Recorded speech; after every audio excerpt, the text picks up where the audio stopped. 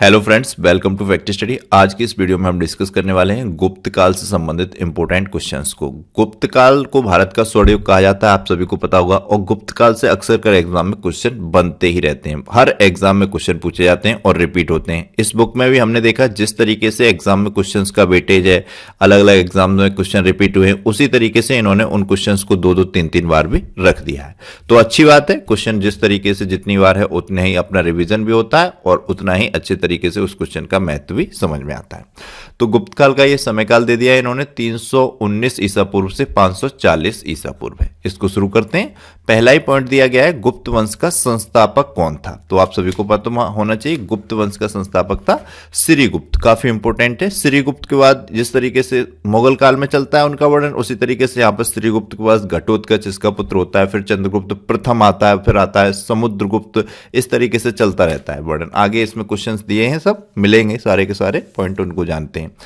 गुप्त किसके सामंत थे? तो ये कुषाणों के सामंत थे। कुषाण विशेष तौर पर इनको कुई भी कहा जाता था, कुई के रूप में भी।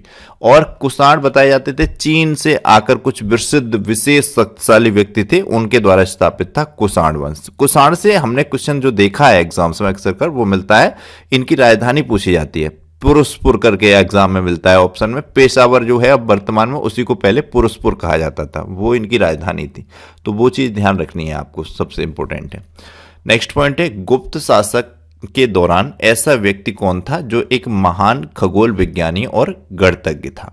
तो आर्यभट्ट थे गुप्त काल के दौरान, काफी इंपॉर्टेंट है। आर्यभट्ट का नाम मोस्ट इंपॉर्टेंट नाम है। और आर्यभट्ट से क्वेश्चन बन जाता है, पाई का वैल्यू किसने फाइंड आउट की, तो आर्यभट्ट के द्वारा ही की गई। ग्रह नक्षत्रों की जानकारी सबसे पहले किसके द्वारा दी गई, तो आर्यभट्ट का नाम आता है। इनके गुरु का नाम पूछ लिया जाता है ब्रह्मगुप्त के रूप में, तो उनका नाम ध्यान रखना है। और आर्यभट्ट शून्य की खोज के लिए भी शायद जाने जाते हैं, आर्यभट्ट को ही नाम लिया जाता है। इस तरीके से ये सब पॉइंट हैं, ध्यान रखने। गुप्त शासकों की सरकारी या दरबारी भाषा कौन सी थी, तो इनकी भाषा प्रमुख रूप से संस्कृत थी। कहीं कहीं पर वर्णन प्राकृत भाषा का भी देखा है मैंने इतिहास की पुस्तकों में, लेकिन आपको प्रायोरिटी देनी है संस्कृत पर ही। गुप्त वंश का वह राजा कौन था जिसने हूणों को भारत पर आक्रमण करने से रोका। तो ये तो क्वेश्चन हम पहले भी डिस्कस कर चुके हैं। स्कंदगुप्त का नाम आता है विशेष तौर पर। गुप्त वंश का वह राजा जिसने हूणों को भारत पर आक्रमण करने से रोका, तो ये स्कंदगुप्त। ये कौन था? ये चंद्रगुप्त विक्रमादित्य का पोता था, कुमारगुप्त प्रथम का मतलब बेटा था ये स्कंदगुप्त, ध्यान रखना है। गुप्त राजवंश किस लिए प्रसिद्ध था, तो विशेष तौर पर कला एवं स्थापत्य के लिए प्रसिद्ध था गुप्त राजवंश, ध्यान रखना है। कवि कालिदास किसके राज कवि थे? कालिदास से तो बहुत क्वेश्चन एग्जाम में बनते हैं, इनकी रचनाएं अक्सर कर पूछी जाती हैं, आपको ध्यान रखनी है। तो चंद्रगुप्त द्वितीय या विक्रमादित्य के राजकवि थे। चंद्रगुप्त द्वितीय का ही नाम चंद्रगुप्त विक्रमादित्य था, इनको ही जाना जाता था। इनकी तमाम उपाधियां भी थी, इनके पास परम भागवत की उपाधि थी और भी तमाम उपाधियां थी। इस तरीके से विक्रम संवत इनके द्वारा ही स्थापित किया गया, मतलब शुरुआत की गई थी ईसा के जन्म से 57 वर्ष पहले, इस तरीके से। तो ये सब पॉइंट मिलेंगे, आगे देखेंगे। यहां पर कालिदास के कुछ नाटक आप नोट कर सकते हैं, देख सकते हैं, इंपॉर्टेंट है। जैसे अभिज्ञान शाकुंतलम है, मेघदूतम है, रघुवंशम है, कुमार संभवम है। तो ये सब कालिदास के। कालिदास की कहानी तो आप सभी ने पढ़ी होगी, बहुत ही रोचक कहानी है। पहले बताया जाता है ये बिल्कुल मंद बुद्धि व्यक्ति थे। उसके बाद जब इनकी पत्नी के द्वारा इनका अपमान कर दिया गया था, तो फिर इन्होंने तपस्या की बहुत सारी, माता काली की भी और भी। तो उसके बाद इनको ज्ञान प्राप्ति हुई। फिर ये चंद्रगुप्त विक्रमादित्य के नवरत्नों में से एक बने और इन्होंने बहुत अच्छी अच्छी रचनाएं की संस्कृत भाषा में, बहुत ही ज्यादा विद्वान व्यक्ति हो गए। इस तरीके से कहानी काफी रोचक है इनकी। एरड़ अभिलेख का संबंध किस शासक से है, तो ये भानुगुप्त से है। एरड़ अभिलेख का संबंध भानुगुप्त से है। फायान किसके शासनकाल में भारत आए? ये तो क्वेश्चन बहुत ही इंपॉर्टेंट है। फायान किसके शासनकाल में आया, तो चंद्रगुप्त द्वितीय या चंद्रगुप्त विक्रमादित्य के शासनकाल में फायान भारत आया। फायान हो गया। हर्षवर्धन के शासनकाल में हेनसांग आया था, वो हो गया। एक चंद्रगुप्त मौर्य के शासनकाल में मेगस्थनीज आया था, इंडिका नामक पुस्तक लिखी। ये सब तीन में से एक क्वेश्चन अक्सर कर बन जाता है इनमें से एग्जाम में। भारतीय संस्कृति का स्वर्ण युग किसको कहा जाता है, तो स्वर्ण युग भारतीय संस्कृति का गुप्त काल को ही कहा जाता है। और वो भी शुरू होता है ये समुद्रगुप्त के काल से। आगे इसमें क्वेश्चन आएगा। फायान कहाँ का निवासी था, तो ये चीन का निवासी था। सुयू की इसकी एक पुस्तक थी फायान की, ध्यान रखनी है। किस गुप्तकालीन शासक को कविराज कहा जाता है, तो समुद्रगुप्त को कहा जाता है। समुद्रगुप्त की अभी मैंने बात की, समुद्रगुप्त का शासन शुरू हुआ उसी वक्त से गुप्त काल के स्वर्ण युग का शुरू हुआ शासन, एक तरीके से आप समझ सकते हैं स्वर्ण काल शुरू हुआ इस तरीके से। फाहियान और हेनसांग ने किसके राज्यों को देखा? तो फाहियान अभी हमने बात की, चंद्रगुप्त विक्रमादित्य, चंद्रगुप्त द्वितीय, और हेनसांग हर्षवर्धन। धनवंतरी कौन थे? तो चंद्रगुप्त विक्रमादित्य के राज दरबार में नवरत्न थे, मतलब नवरत्न थे, उनमें से एक जो कि एक प्रसिद्ध चिकित्सक थे। ये आपका यूपी पीईटी के 2021 के एग्जाम में भी क्वेश्चन था। तो धनवंतरी एक डॉक्टर या चिकित्सक के रूप में थे चंद्रगुप्त विक्रमादित्य के राज दरबार में, नवरत्नों में से एक। अमरकोश के लेखक अमर सिंह किस शासक के दरबार में जुड़े थे? तो ये भी चंद्रगुप्त द्वितीय या विक्रमादित्य के शासनकाल में जुड़े थे। गुप्त संमत को प्रारंभ करने का श्रेय किसे दिया जाता है? तो गुप्त संमत को प्रारंभ करने का श्रेय चंद्रगुप्त प्रथम को दिया जाता है। चंद्रगुप्त प्रथम कौन था? चंद्रगुप्त प्रथम के बारे में आपको मालूम होना चाहिए, ज्यादा तो इसके बारे में क्वेश्चन नहीं पूछे जाते, लेकिन ये समुद्रगुप्त का पिता था चंद्रगुप्त प्रथम, इतना ध्यान रखना है आपको। समुद्रगुप्त जो काफी सबसे प्रतापी राजा था अपने आप में गुप्त काल में, जिसके काल से स्वर्ण युग की शुरुआत हुई थी एक तरीके से, तो उनका पिता था ये चंद्रगुप्त प्रथम। तो इसके द्वारा गुप्त संमत की शुरुआत की गई। वैसे गुप्त संमत ज्यादा नहीं पूछा जाता है, विक्रम संमत ज्यादा पूछा जाता है। शक संमत तो आपका 78 ईस्वी, मतलब 78 ईस्वी से शुरू हुआ, उसको पूछ लिया जाता है, ध्यान रखना है। चंद्रगुप्त प्रथम ने गुप्त संमत का प्रारंभ किस उपलक्ष्य में किया? तो अपने राज्यारोहण के स्मारक के रूप में।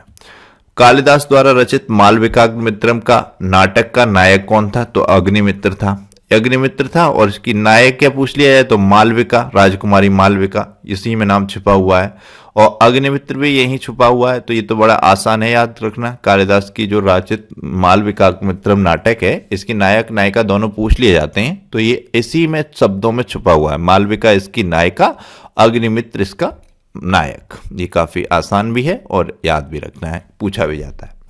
समुद्रगुप्त की सैनिक उपलब्धियों का वर्णन उसके किस अभिलेख में मिलता है? तो समुद्रगुप्त की सैनिक उपलब्धियों का वर्णन प्रयाग प्रशस्ति अभिलेख में मिलता है।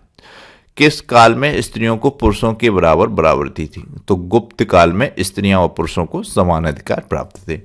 किस राजा का एक अन्य नाम देवगुप्त था? तो ये भी देवगुप्त की उपाधि या देवगुप्त नाम से चंद्रगुप्त विक्रमादित्य या चंद्रगुप्त द्वितीय को जाना जाता था। प्रथम गुप्त शासक जिसने परम भागवत की उपाधि धारण की? तो ये चंद्रगुप्त द्वितीय या विक्रमादित्य ने ही की थी। किस शासक को सिक्कों पर उसे वीणा वादन करते हुए दिखाया गया? बहुत ही ज्यादा इंपॉर्टेंट क्वेश्चन है। तो ये समुद्रगुप्त को दिखाया गया है। काफी अच्छा समुद्रगुप्त का शासनकाल था, और साहित्य प्रेमी भी था और संगीत प्रेमी भी था समुद्रगुप्त, तो ये ध्यान रखना है आपको। नेक्स्ट है, किस राजवंश ने वैष्णव धर्म को संरक्षण प्रदान किया? तो गुप्त राजवंश ने वैष्णव धर्म को संरक्षण प्रदान किया। भारत का नेपोलियन किसे कहा जाता था? तो भारत का नेपोलियन समुद्रगुप्त को कहा जाता था। सिंपल सा क्वेश्चन है।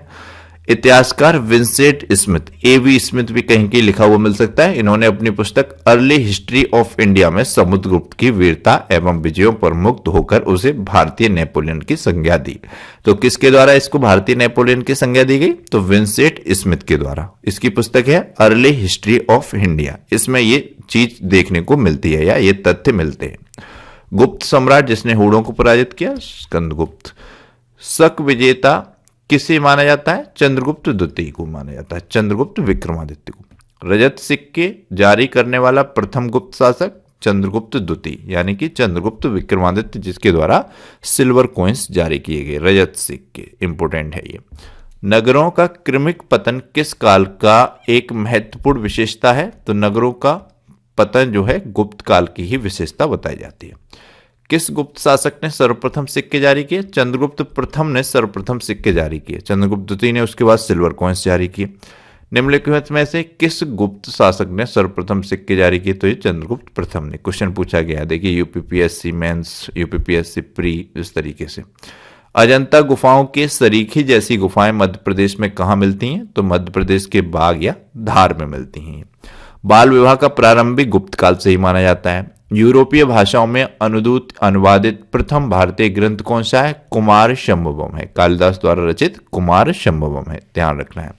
बहुत पूछा जाता है कुमार संभवम किसके द्वारा रचित है? तो ये कालिदास द्वारा। सती प्रथा का पहला उल्लेख कहाँ मिलता है? तो ये एरड़ अभिलेख में मिलता है। महिर कुल का संबंध था हूणों से, ध्यान रखना है, किससे? हूणों से। गुप्त राजा जिसने विक्रमादित्य की पदवी धारण की, चंद्रगुप्त द्वितीय। गुप्त शासकों द्वारा जारी किए गए सिक्के क्या कहलाते थे, तो ये रूपक कहलाते थे। चांदी के सिक्के विशेष तौर पर, ये सब ध्यान रखना है। चांदी के सिक्कों को रूपक कहा जाता था, सोने के सिक्कों को दीनार कहा जाता था। गुप्तकालीन रजत मुद्राओं का नाम दिया था दीनार। तो ये काफी इंपॉर्टेंट पॉइंट है, ध्यान रखिएगा। नेक्स्ट पॉइंट इसमें क्या दिया गया है, देखते हैं अभी। नेक्स्ट पॉइंट है, किस गुप्त शासक को नालंदा विश्वविद्यालय का संस्थापक माना जाता है। तो कुमारगुप्त प्रथम को नालंदा विश्वविद्यालय का संस्थापक माना जाता है। इसी तरीके से एक और क्वेश्चन मिलता है, नालंदा विश्वविद्यालय आ गया, ये तो यहाँ पर एक हुआ विक्रमशिला विश्वविद्यालय, उसका संस्थापक माना जाता है धर्मपाल को। वो क्वेश्चन भी पूछा जाता है। वह प्रथम भारतीय विद्वान कौन था जिसने गणित को एक पृथक विषय के रूप में स्थापित किया। तो मैंने बताया आपको, आर्यभट्ट के द्वारा किया गया। तांबा का सिक्का जारी करने वाला पहला गुप्त शासक कौन था, रामगुप्त। रामगुप्त और चंद्रगुप्त विक्रमादित्य, चंद्रगुप्त द्वितीय, दोनों भाई भाई थे, लेकिन इतिहास की पुस्तकों में काफी अलग अलग इनसे संबंधित कहानियां हैं और बताया जाता है चंद्रगुप्त विक्रमादित्य के द्वारा ही रामगुप्त की हत्या कर दी गई थी। फिर इसकी जो पत्नी थी चंद्रगुप्त मतलब रामगुप्त की, उसको साथ उसकी शादी कर ली गई थी। किसने, चंद्रगुप्त विक्रमादित्य ने। ये काफी कहानियां हैं इससे रिलेटेड। किसने नालंदा बौद्ध विहार का निर्माण करवाया, तो कुमारगुप्त, अभी हमने बात की प्रथम ने।